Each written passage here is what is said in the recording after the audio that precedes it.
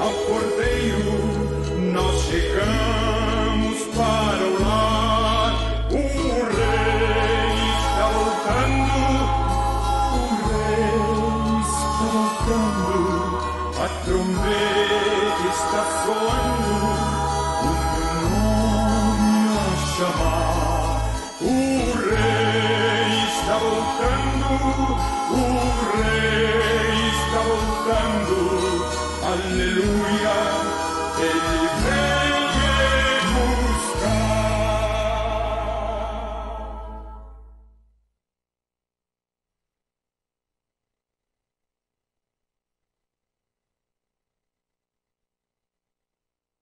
Você gostaria de faturar de 5 a 30 mil reais na internet sem precisar investir? Então olha só o método.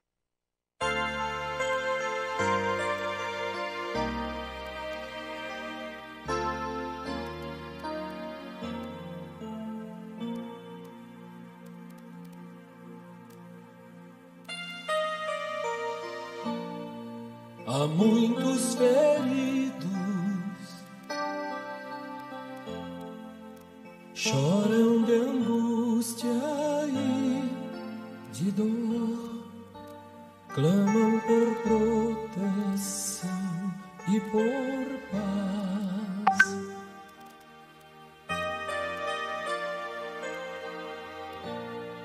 Amigos que sofrem sua necessidade atende hoje, não deixa um soldado ferido morrer.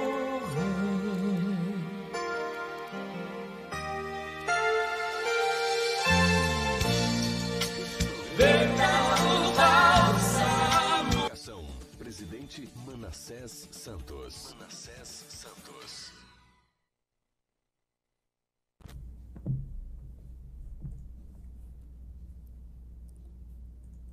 11h07, aqui na Educativa Solid. Agora as janelas de sua alma, porque será transmitida uma palavra de fé e esperança na instrumentalidade do pregador e conferencista internacional, que tem percorrido todo o Brasil e mais de 35 países do mundo. Reverendo Genésio Santos. Eu quero falar hoje sobre a Rússia invadirá Israel. Muitas pessoas não acreditam, muitos intérpretes e também escatologistas, mas eu tenho compreendido ao longo dos anos, há 45 anos estudando profecias bíblicas, e aqui Ezequiel 38 e também Ezequiel capítulo 39 trata desse assunto.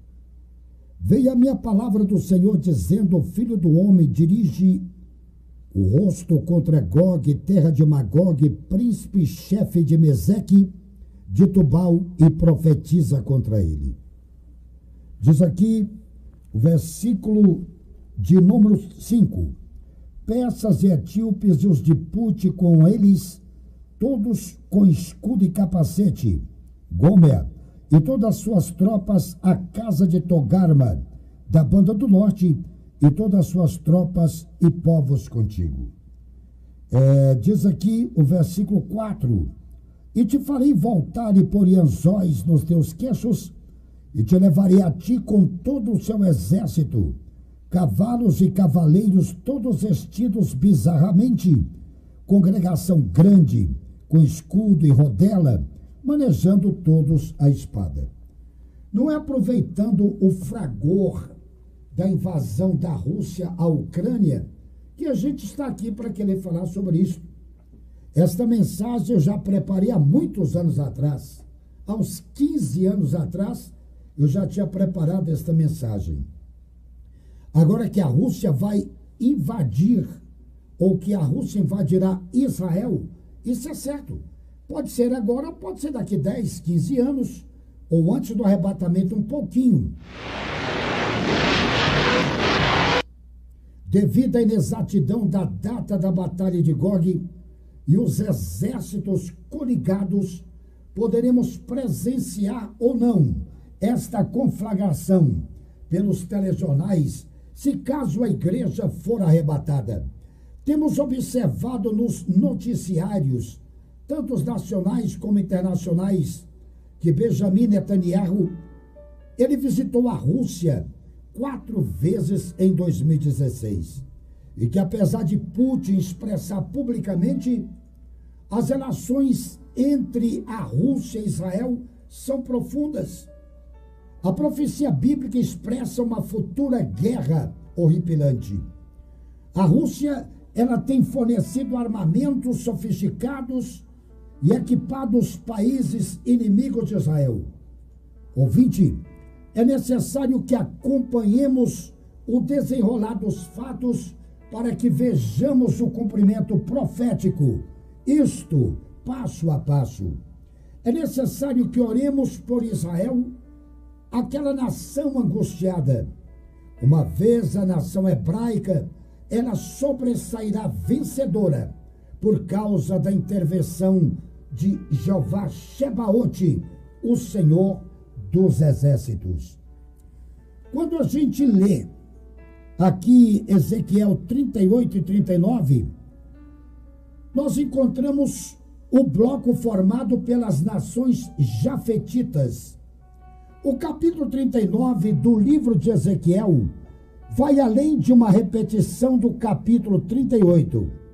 É, por conseguinte, um desdobramento dos últimos versículos do capítulo anterior. Trata-se de um relato descritivo da debandada de Gog e de suas sequelas. Agora será narrada a etnologia das nações confederadas como a Rússia, que irão invadir Israel. Aqui fala Ezequiel 38 e 39, filho do homem, dirige o rosto contra Gog. No hebraico, Gong, e no assírio, Gugu. Gog, esse nome é oriundo de Gigeg, que era chefe de uma família principesca, que era da Lídia, chamada Mermadai. Assassinou o seu soberano e apoderou do trono da Lídia no século VII a.C. Esse príncipe chefe tem sido citado pelo profeta Ezequiel, filho de Buzi, como figura escatológica. Ele comandará uma campanha militar com as tropas aliadas que invadirá Israel, na tentativa de desintegrar as instituições políticas, sociais, culturais, linguísticas e os sentimentos nacionais e religiosos desse povo. Assim também, esse chefe russo, ele tentará destruir Israel para assumir o comando geográfico estratégico do planeta e apossar das riquezas israelitas, mormente aquelas que estão enterradas no fundo do Mar Morto. A Bíblia, tradução brasileira, da Sociedade Bíblicas Unidas do Rio de Janeiro. No Velho Testamento, na página 831 do Velho Testamento, expressa Ezequiel 38:3. Príncipe de Rosh, que segundo os entendidos em etnologia é uma referência à Rússia. A letra Rosh do alfabeto hebraico é a 20ª desse alfabeto. E essa palavra Rosh significa cabeça, chefe. E em numerologia hebraica corresponde ao número 200. Nós encontramos essa letra Rosh no título do Salmo 119, versículo de número 153. O chefe supremo, das Forças Armadas da Rússia é o presidente.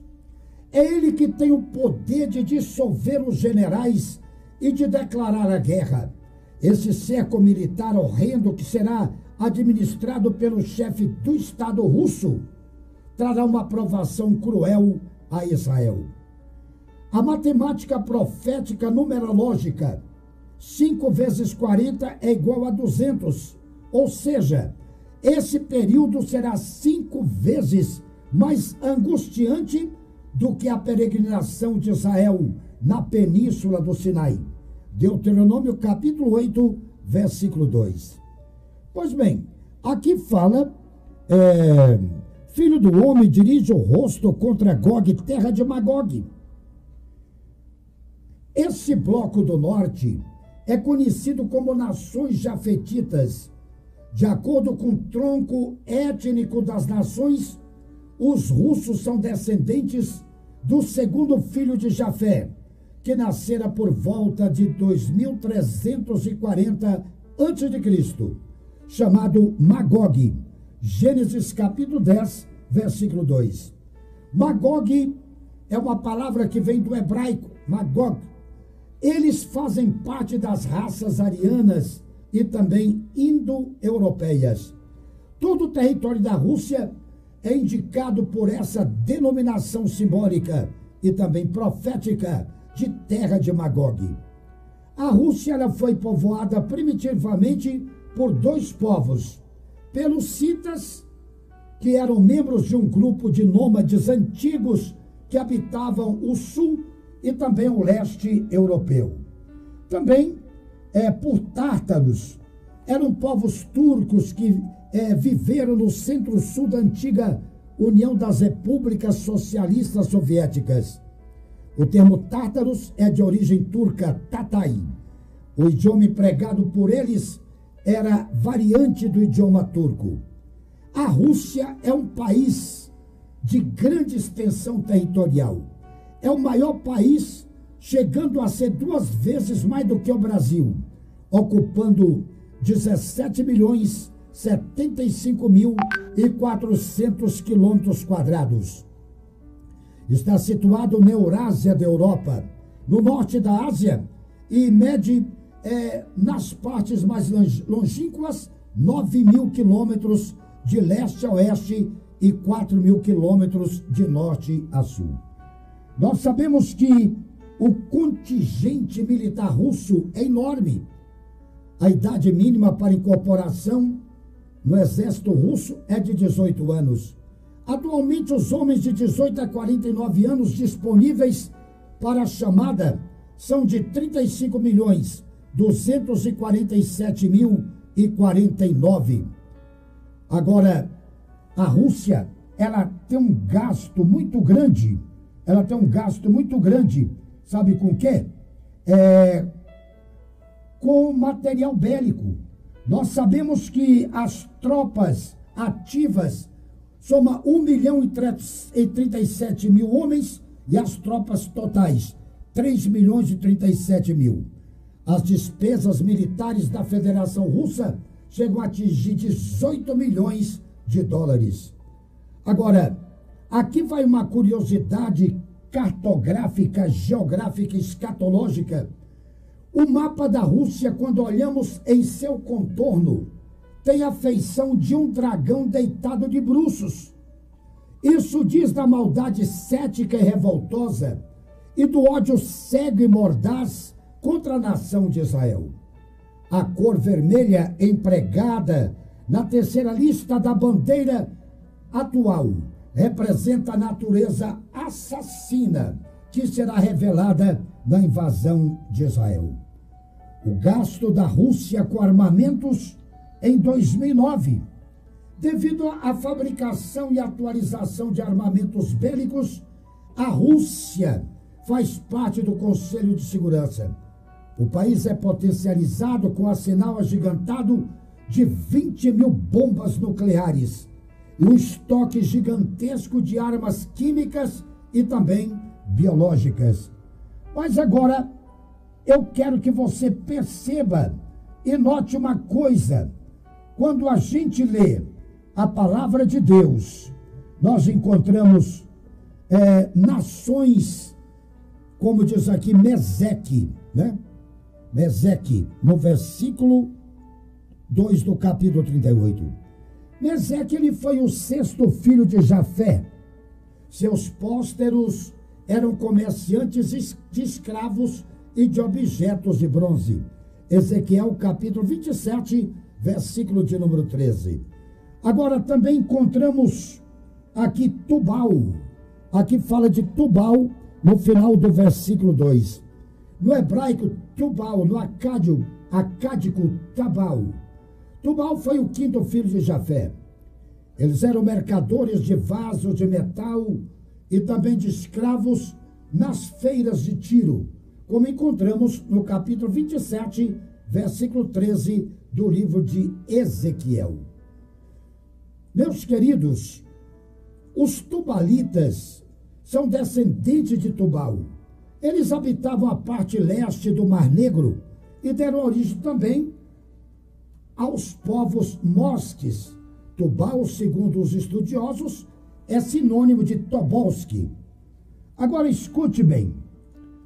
Quando a Bíblia Sagrada fala, aqui fala sobre Togarma, aqui no livro de Ezequiel, no final do versículo de número 6, Gomer e todas as suas tropas à casa de Togarma, da banda do norte, e todas as suas tropas, muitos povos.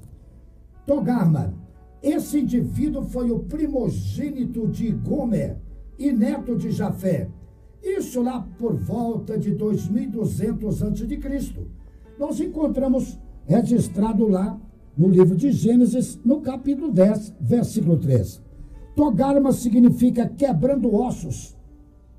Na feira de Tiro eram comercializados famosos equinos de Togarma. Ezequiel capítulo 27, versículo 14. Agora, nós sabemos que Togarma é a Turquia. E a Turquia, ela goza do privilégio de sua posição geográfica, estratégica, que permite relacionar-se tanto com a Europa quanto também com a Ásia. Né? A gente pode ver isto em geografia. Agora, meus ouvintes, quando a Bíblia fala de Togarma, refere-se à Turquia. Além disso, o país possui o quinto maior exército em contingente do mundo, segundo o maior da OTAN, com aproximadamente 680 mil ativos. O ministro dos Negócios Estrangeiros russo, o Sergei Lavrov, ele visitou a Turquia em setembro de 2008. Ali ele foi com a finalidade precípua de atar alianças regionais com o governo turco. Agora, aqui também fala das nações camitas. Esse grupo pertence às tropas aliadas de Gog, mas irá atacar Israel pela parte sul no cerco contra Israel.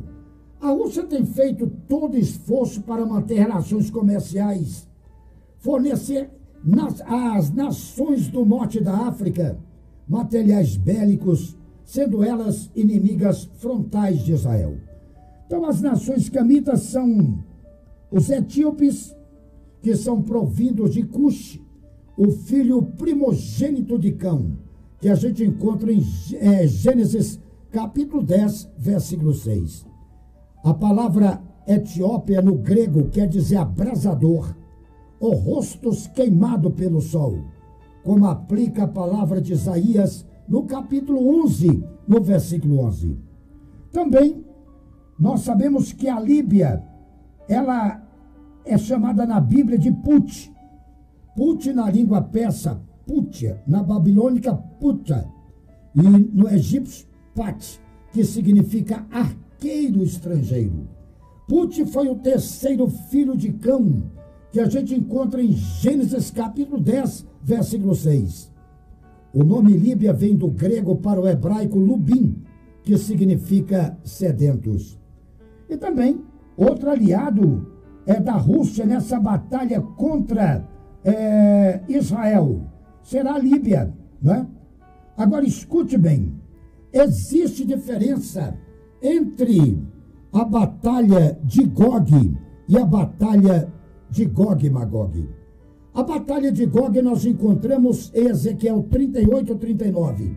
E a batalha de Gog e Magog a gente encontra em Apocalipse capítulo 20, dos versículos 7 a 9. A guerra de Gog será chefiada por um estadista, enquanto que a guerra de Gog e Magog será liderada por Satanás no final do milênio.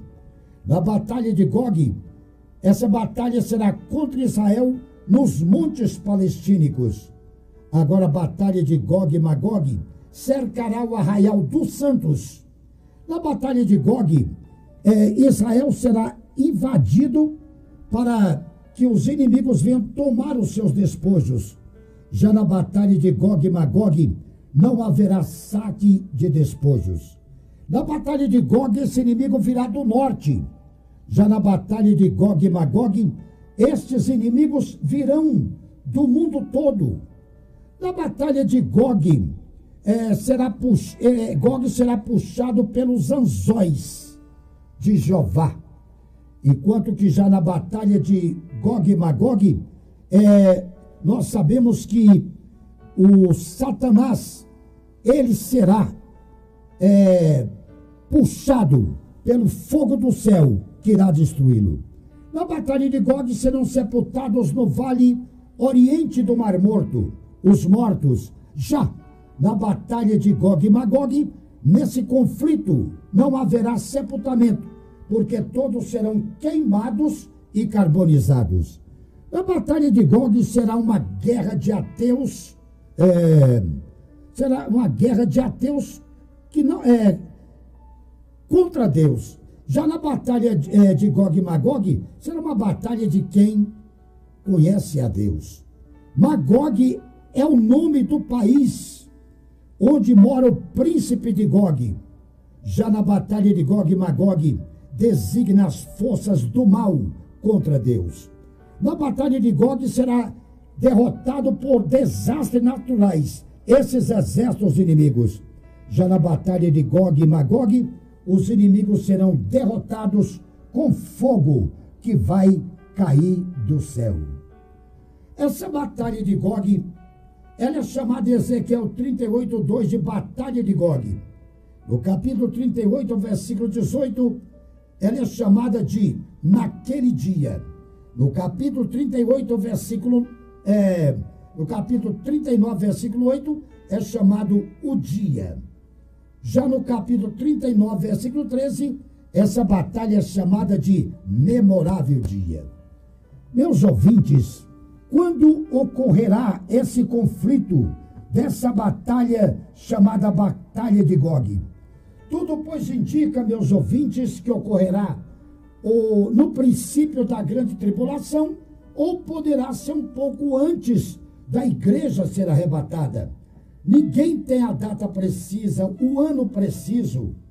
Eu, como estudo profecia, nunca usei marcar, porque Jesus disse que daquele dia e hora ninguém sabe. Não é somente da sua volta, como também fatos escatológicos que irão acontecer. Nós não podemos de forma nenhuma taxar uma data precisa. Podemos deduzir pelas seguintes exibições textuais. No fim dos anos, no fim dos dias, como encontramos em Ezequiel 38, versículo 8 e 16.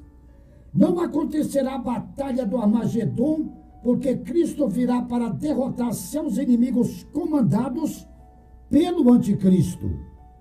Essa batalha não poderá ser após a batalha do Armagedon, será antes da batalha do Armagedon. Cristo virá para derrotar seus inimigos, que serão comandados pelo anticristo, e ele virá também para implantar o reino milenial de paz na terra. Não poderá ser no final do milênio a batalha de Gog, porque se dará a destruição mundial dos exércitos de Gog e Magog, que é uma designação para os derradeiros adversários de Deus e também do seu povo. Olhe bem, nesta guerra de Gog, a supremacia de Deus, ela será revelada. Isto em relação às nações. Aquilo que a Rússia pensa ser o triunfo para si, o Senhor transformará em oportunidade para ser glorificado. Ezequiel 38, 23. Assim, eu me engrandecerei e me santificarei, e me farei conhecer aos olhos de muitas nações, e saberão que eu sou o Senhor. Deus demonstrará sua soberania e que está no comando das nações. A sua ira será manifestada como uma erupção vulcânica, no afã de eliminar as nações opressoras do bloco de Gog. A ira divina provocará convulsão da natureza. Se Deus fustigou Israel no cativeiro da Babilônia, isto por um período de 70 anos, como diz Jeremias capítulo 25, versículo 11. O que Deus não fará com essas nações que odiarizam o seu povo escolhido? Meu amigo, quem corrige o seu povo é o Senhor, e não os seus inimigos. Assim como é o pai que corrige os filhos, e não os estranhos. Em relação a Israel, Deus será glorificado em meio à nação escolhida, como foi na derrota de Golias e os filisteus. No capítulo 39, versículo 7, e farei conhecido o meu santo nome no meio do meu povo Israel, e nunca mais deixarei profanar o meu nome, e as nações saberão que eu sou o Senhor, o Santo de Israel. Agora, eu quero dizer uma coisa para você. Você está preparado para ser arrebatado? Jesus pode voltar agora mesmo. E eu pergunto para você, você está preparado para subir? Meus ouvintes, podemos afirmar categoricamente que Israel é uma nação milagre. Isso é confirmado pela oração do salmista no Salmo 124. Quais são os objetivos da invasão da Rússia e seus aliados ao país de Israel? Os capítulos 36 e 37 de Ezequiel, eles mostram a ressurreição nacional do Estado de Israel e a sua ressurreição espiritual. Os judeus estão cada dia retornando à sua terra, levando consigo as gorduras das nações por onde estiveram comercializando durante mais de 2000 milênios. O interesse de Gog pelos seus despojos é narrado no capítulo 38, versículo 13. Aqui está dizendo a razão da invasão. Sabá e Dedã, e os mercadores de Tarsis e todos os seus leãozinhos te dirão: vem tu para tomar o despojo, ajuntar-se o seu bando, para arrebatar a presa, para levar a prata e o ouro, para tomar o gado e as possessões e para saquear grande despojo. Agora veja bem, a Rússia e seus aliados, eles querem apossar, eles vão pretender apossar do patrimônio judaico do povo de Israel. Porque Israel lidera o comércio de diamantes, tecnologia avançada, equipamentos militares, softwares, produtos farmacêuticos, química fina, produtos agrícolas e insumos que são importados. A indústria de software se tornou referência mundial. Israel é o povo, é o país com o maior número de empresas listada na Nasdaq. O turismo de Israel é um setor de grande importância para a sua economia. Suas riquezas produzidas, elas chegam a atingir 129 bilhões de dólares. A mineração bromita, magnésio, sais de potássio. A indústria como alimentícia, bebidas, máquinas elétricas, química, petroquímica, carvão, metalúrgica, equipamento de transporte joias e polimento de diamantes, Israel é uma nação campeã nesse ranking. É o segundo do mundo em telefones celulares telemóveis. É o primeiro do mundo em empresários. Está em primeiro lugar em leitores. É o primeiro país, o do mundo, em doutores, em todas as áreas. É o primeiro do mundo em mestres. Está em segundo lugar no mundo em viajantes internacionais. Israel ocupa o primeiro lugar na edição de livros e publicações de tese. Você quer mais? Eles querem também a Rússia e seus aliados, além de uma fúria satânica, diabólica, comunista e ódio etnológico de seus aliados. A Rússia vai querer deter as riquezas do Mar Morto. Esse Mar Morto, ele é uma fonte inesgotável de fortunas enterradas no valor de 1 trilhão e 200 bilhões de dólares em sais aproveitáveis. Ali possui 260 milhões de dólares em crômio, que é de grande utilidade nos domínios médicos. 70 bilhões de dólares de potássio.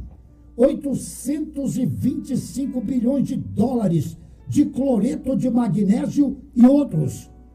A riqueza ali entranhada vale mais do que todo o ouro já extraído da terra. Não é brincadeira. É um país rico, poderoso. País pequeno. Ele é um microscópio em dimensão, mas o macroscópio em suas grandezas, em suas riquezas.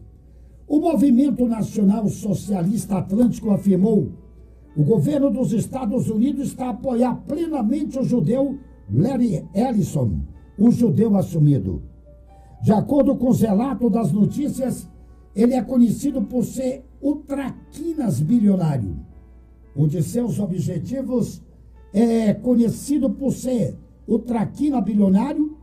Um dos seus objetivos é ultrapassar Bill Gates como o homem no ranking mundial da riqueza, e cada dia vai mudando por aí. O governo dos Estados Unidos, controlado pelos judeus, foi aos tribunais federais para ajudá-los. A Rússia e seus aliados querem invadir Israel para assumir também o ponto geográfico estratégico. Israel está localizado no Oriente Médio, ao longo da costa oriental do Mar Mediterrâneo. Limita-se com o Líbano, a Síria, ao norte e nordeste, a Jordânia ao sudeste e o Egito ao sul.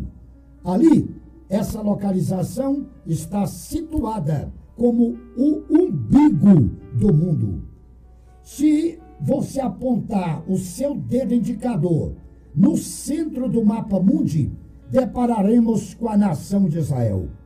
Por isso que Deus disse para Israel, aqui Ezequiel, capítulo 5, versículo 5, mostrando a estratégia geográfica. Assim diz Jeová, o Senhor: esta é Jerusalém, pula no meio das nações e das terras que estão ao redor dela. Jerusalém é o centro do mundo. Meus queridos, ali está situado o ponto de encontro dos 3 continentes: europeu, asiático e africano. Israel é um país com influências ocidentais. É considerado um país a parte da cultura árabe, que desperta uma relação conflituosa com seus vizinhos. Agora, a invasão vai demonstrar o extravasamento do ódio antissemita que essas nações têm contra Israel. O nome de Jeová Shebaote será exaltado em todo o globo terrestre e mostrará que ele está no comando da história e não alheio, como afirmam os sarcásticos deístas. Capítulo 39, versículo de número 7. E farei conhecido o meu santo nome no meio do meu povo. Ouvintes, a invasão das tropas de Gog surgirá das bandas do norte. O general judeu Moshe Dayan, em 1968, ele já dizia: a próxima guerra não será com os árabes, mas com os russos. Assim já dizia Moshe Dayan. As composições das nações confederadas do norte e do sul fecharão por completo o território israelita dentro de um ciclo fechado e inescapável. Aqui, quando a gente lê Ezequiel 38, versículo 11, a zombaria sarcástica. E dirás: subirei contra a terra das aldeias, não moradas, virei contra os que estão em repouso, que habitam seguros, todos eles habitam sem muro e não têm ferrolho e nem portas. Aqui a Rússia e seus aliados zombando da nação de Israel antes da invasão. Gog zombará da nação judaica, a menosprezará confiando em seu potencial armado, chamando-a de despreparada e também de desguarnecida. Cidade sem muro, aldeia sem muro, sem proteção. Será o Golias que representa essa potência armada e também que é zombeteira, zombando do pequeno Davi, a nação de Israel, e também de suas armas. A Rússia saberá que é o Senhor quem batalha pelo seu povo. Segundo Crônicas, capítulo 20, versículo 15. Veja que o aparelhamento bélico. O governante russo está equipando os seus confederados e depois assumirá o comando. Capítulo 38, versículo 7. Prepara-te, sim, dispõe-te, tu e todas as tuas congregações que se reuniram a ti, e serve-lhes tu de guarda. O governante russo está equipando os seus confederados. Cada dia transcorrido, a potência vermelha se prepara na corrida armamentista, onde as forças do mal encontrarão ali a sua derrocada final. Agora escute bem, existe uma símile, uma comparação, uma símile profética da invasão. Aqui fala de uma tempestade, em Ezequiel 38, versículo 9. Então subirás e virás como tempestade. Aqui é uma figura de linguagem empregada para descrever as manobras militares que provocam um barulho ensurdecedor, súbito e também ameaçador. Far-te-ás como a nuvem. Os tanques de guerra, os porta-mísseis, os submarinos, os aviões de combate e as tropas escurecerão a terra de Israel em todas as suas direções. Aqui nós encontramos os 6 anzóis, né? Os 6 anzóis. Na caça ao crocodilo e também aos monstros marinhos era usado um gancho. O gancho ou o anzol, em simbologia escatológica, representa a intervenção divina que arrasta e devassa os seus inimigos. Capítulo 39, versículo 2. E farei voltear, e te porei 6 anzóis, e te farei subir da banda do norte, e te trarei aos montes de Israel. Jeová Shebaote, o Senhor dos exércitos, ele usará 6 anzóis, e arrancará o dragão russo com seus confederados das águas das nações, e os abaterão no monte de Israel. Meus ouvintes, Deus desencadeará severos desastres naturais sobre o exército de Gog. As tropas simbolizadas por uma tempestade e uma nuvem, isso devido à sua força arrasadora e a incontável multidão de combatentes. Ezequiel capítulo 38, versículo 6, versículo 9, versículo 15. Eles virão com fúria incontrolável, no afã de eliminar a nação eleita do mar das nações. E da mesma forma, serão recebidos por Jeová por um grande acerto de contas, que há muito tempo já tem se esperado. Ezequiel 38, 18. Sucederá, porém, que naquele dia em que vier Gog contra a terra de Israel, diz o Senhor Jeová, que a minha indignação subirá a meus narizes.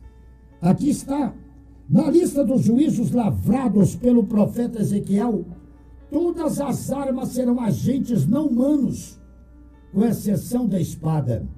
As demais estão relacionadas ao juízo divino. Alguns serão semelhantes aos das 10 pragas que foram enviadas sobre a terra do Egito.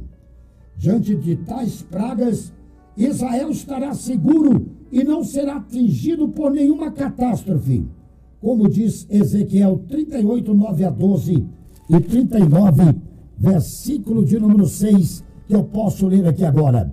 E enviarei um fogo sobre Magog, e entre os que habitam seguros nas ilhas, e saberão que eu sou o Senhor.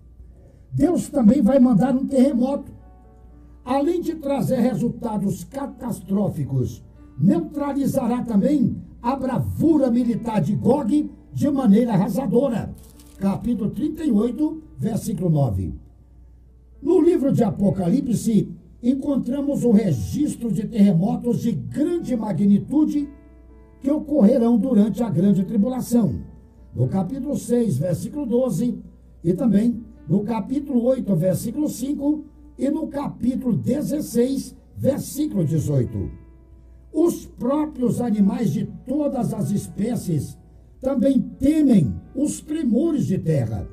Diz Ezequiel 38, 20, doenças inesperadas, como ocorrerá na aparição do cavalo amarelo, quando for deslacrado o quarto selo, que nós encontramos no livro de Apocalipse, capítulo 6, versículo 8. Haverá muito sangue. O sangue descreve a morte física de forma massacrada e estrangulante. Deus vai enviar também uma grande inundação. Com derramadas chuvas abundantes, os tanques de guerra russos e de seus aliados e também seus comboios terão dificuldades para se locomoverem. E o tempo ficará fechado e a visibilidade ofuscada para os pilotos de aviões de combate.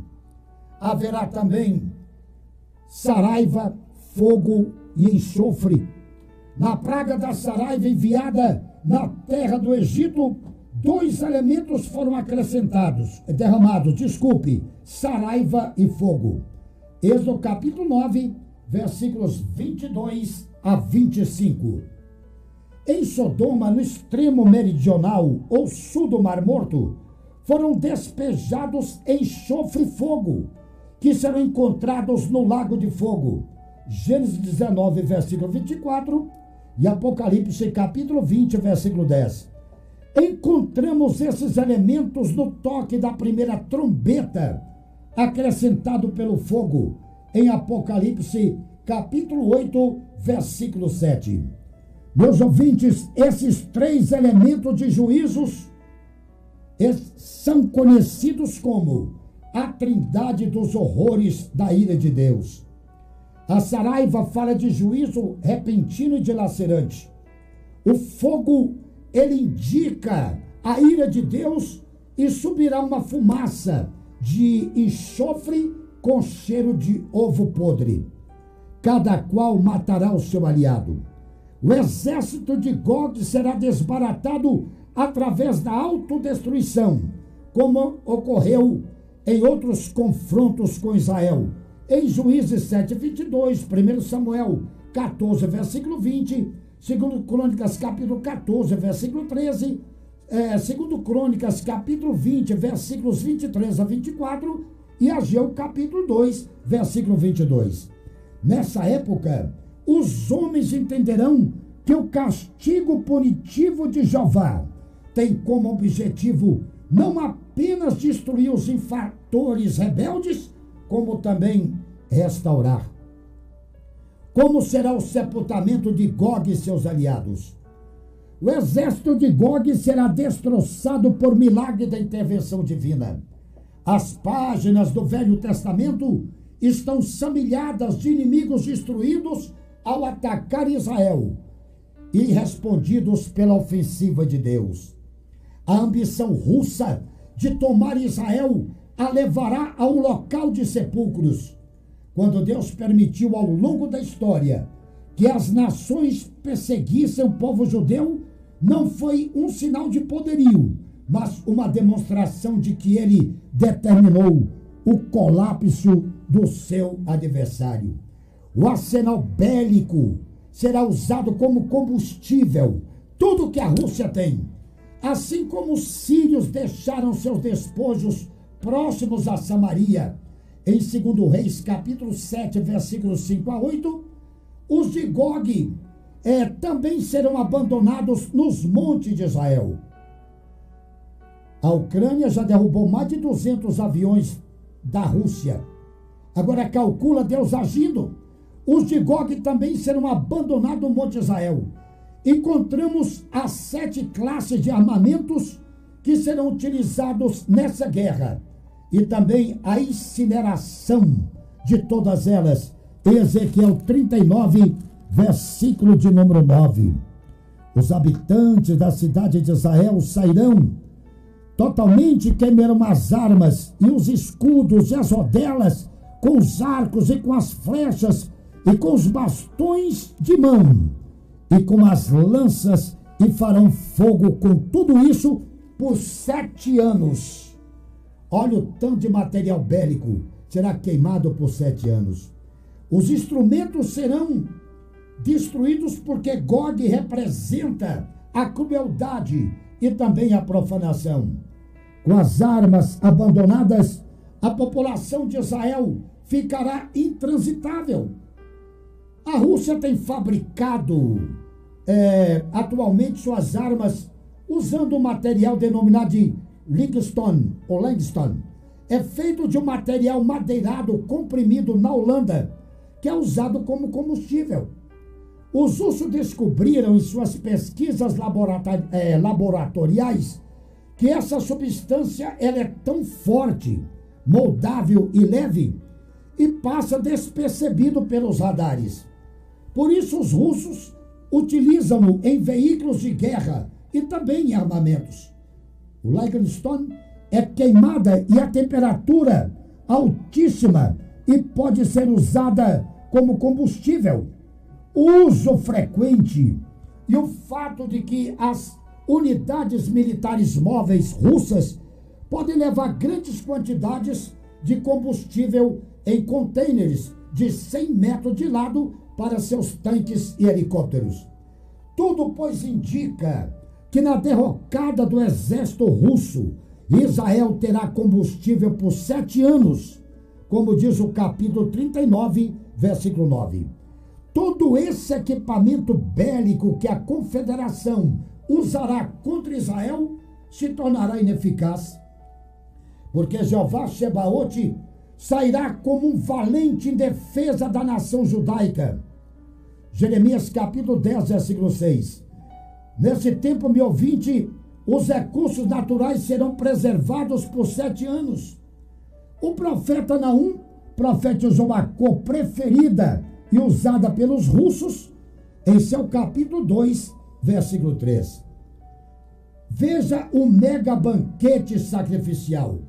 Nesse grande dia o Senhor realizará uma dupla ação, minará o exército russo e preservará a Israel. As carnes dos inimigos servirão de ração para as aves e os animais carnívoros. Diz aqui o capítulo 39, versículo 4. Nos montes de Israel cairás tu e todas as suas tropas, e os povos que estão contigo, e as aves de rapina, as aves de toda asa, e aos animais do campo te darei por pasto. Que coisa tremenda! É necessário que você, ouvinte, entenda que esse banquete não é a ceia do grande Deus que será oferecida no final da grande tribulação, quando ocorrer a batalha do Armagedon, em Apocalipse 19, versículo 17. Essa mesada referida pelo profeta Ezequiel na derrota de Gog será absorvida pelas aves garis. Elas vão colaborar com a limpeza do meio ambiente. Os cadáveres das tropas inimigas de Israel servirão de banquete para elas, bem como para as alimarias do campo. Ezequiel 39, versículo 17. O serviço fúnebre dessas tropas, já estamos chegando ao final. Contudo, haverá sepultamento, serão comidos pelos animais, e parte das carnes entremediadas com as ossadas serão enterradas como símbolo de desonra e vergonha. O anticristo, na grande tribulação, ele não permitirá o sepultamento das duas testemunhas, mas elas ressuscitarão e ascenderão ao céu. A cidade cemitério, que será chamada lá em Israel nessa época, será de Amoná, o vale das multidões de Gog, como encontramos no capítulo 39, versículo 13. Amoná ou Ramoná. Ali estará o memorial das forças opositoras, que declarará que não adianta o homem batalhar contra Deus. Está no capítulo 39, versículo 11, do livro do profeta Ezequiel. O anticristo, no período tribulacional, ele conhecerá essa localidade, mas não se importará. E ainda guerreará, ele vai guerrear contra Deus. Também Satanás, no final do milênio, provocará uma revolta. A matemática de Norman Chambliss é assim descrita: se houvesse 1 milhão de homens empenhados na tarefa, cada dia um homem enterrasse 2 corpos, durante 7 meses haveria um total de 360 milhões de corpos enterrados. Que coisa, hein? Os que morrerem nessa guerra só ressuscitarão para comparecerem diante do trono branco como antissemitistas. Essa localidade se chamará Ramoná, o vale da multidão de Gog.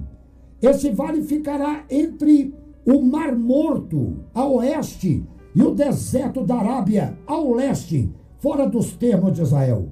Ouvintes, o serviço fúnebre em massa vai durar 7 meses e será o mais delongado da história da humanidade. Está no capítulo 39, versículo 12. A casa de Israel os enterrará por 7 meses. Que coisa tremenda! Haverá grupos especiais preparados para essa tarefa de enterramento.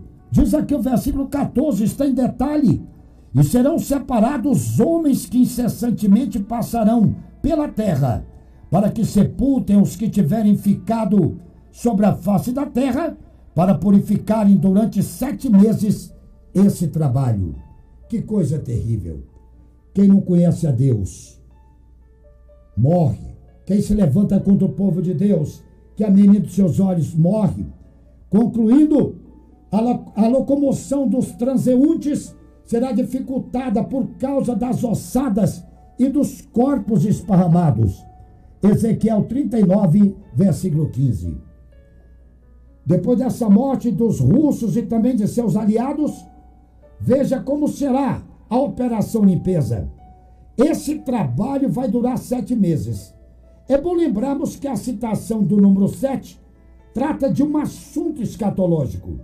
Uma equipe especial vasculhará toda a terra de Israel para não deixar poluição nenhuma do resto de algum cadáver, evitando dessa forma a contaminação de doenças infecto-respiratórias e outras, como está em Levítico capítulo 5, versículo 2, Números capítulo 35, versículos 33 a 34, e Ezequiel capítulo 39, versículos 14 e 15.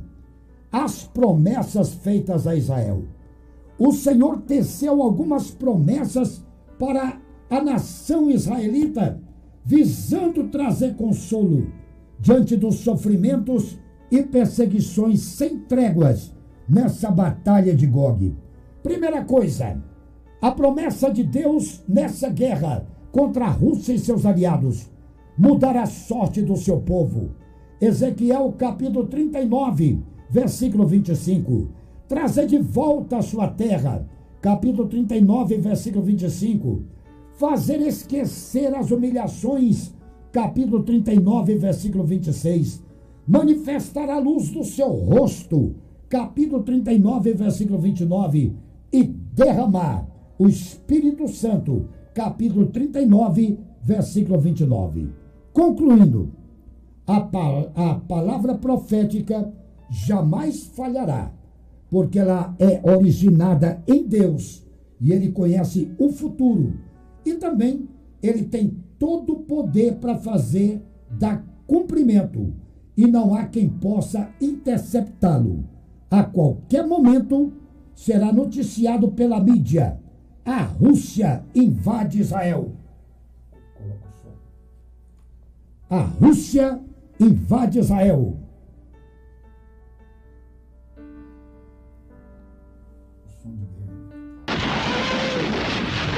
Mas você prepara-se para a volta de Jesus. A Rússia vai invadir Israel, mas para a sua destruição. Porque invasão russa. Você vai ouvir a qualquer momento no jornal: a Rússia invade Israel. Mas o nosso Deus estará entrando em ação. A Rússia invade Israel. Aviões de todo lado, porta-aviões, você vai ouvir a notícia. Mas Deus estará com o seu povo, dando a vitória. Deus é com Israel, como foi no passado, será também no futuro. Esse é Deus de Israel.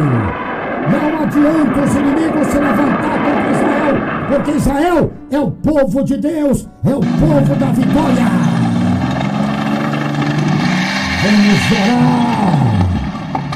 Vamos orar porque Deus dará vitória nos montes de Israel. Feche os seus olhos agora. Vou orar por você, pela sua casa, pela sua família.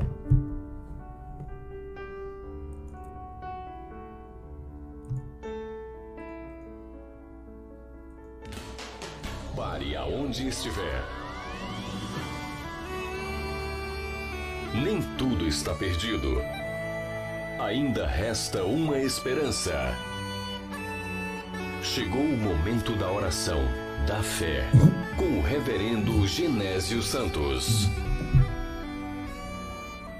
Glorioso Deus e eterno Pai, está escrito na tua palavra: orai pela paz de Israel e prosperarão aqueles que te amam. Queremos apresentar à nação de Israel o pequeno Golias, pequeno Davi, que derrota o grande Golias. Tu és esse Deus que ao longo dos milênios tem estado com a nação de Israel, que é o teu povo. Não adianta nações do mundo, nações árabes, antissemitistas, Rússia, China, não adianta levantar. O pequeno Davi sempre terá pedra certeira para detonar a fronte e passar vergonha nos gigantes da economia, nos gigantes militares, porque Deus está com Israel. Deus de Israel esteja agora com os meus ouvintes, para curá-los, para libertá-los, para protegê-los, para arrancar a enfermidade, de alegria e paz. Repreende todos os demônios que têm perturbado a casa e a família. Que os nossos ouvintes sejam abençoados, renovados e preparados também para o grande dia do arrebatamento, em nome de Jesus. Amém. Ouvintes, muito obrigado. Essa mensagem ficará no YouTube até esse presente momento que eu estou falando. E você poderá repassar para os seus amigos. Tá certo? Muito obrigado. Deus abençoe. Ore por Israel. Até amanhã às 10 da manhã, se Deus permitir. Um abraço. Somos gratos ao sábio arquiteto do universo por ter-nos como ouvintes assíduos do nosso programa. Boa tarde na paz do Senhor. Amanhã estaremos de volta novamente, se Ele nos permitir.